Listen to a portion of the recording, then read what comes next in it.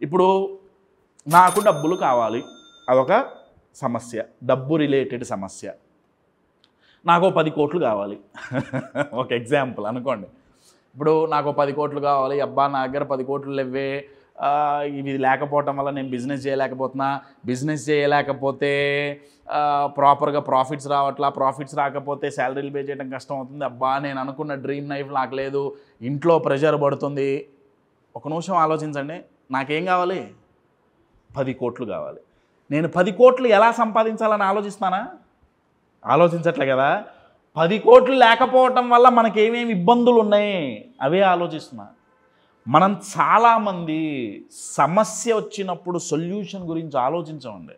మనం ఆ గంట పట్టుకున్నా, అరగంట పట్టుకున్నా అసలు యాక్చువల్గా సొల్యూషన్ గురించి ఆలోచించట్లా.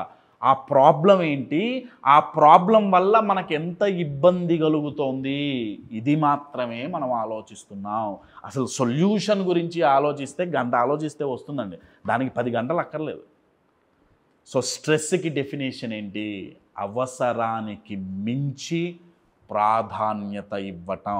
మై డియర్ ఫ్రెండ్స్, అది ఎంత ఇంపార్టెంట్ విషయమైనా సరే ప్రతిదానికి ఒక లిమిట్ ఉంటుంది. అవసరాన్ని మించి ప్రాధాన్యత ఇచ్చారా స్ట్రెస్కి గురవుతాం.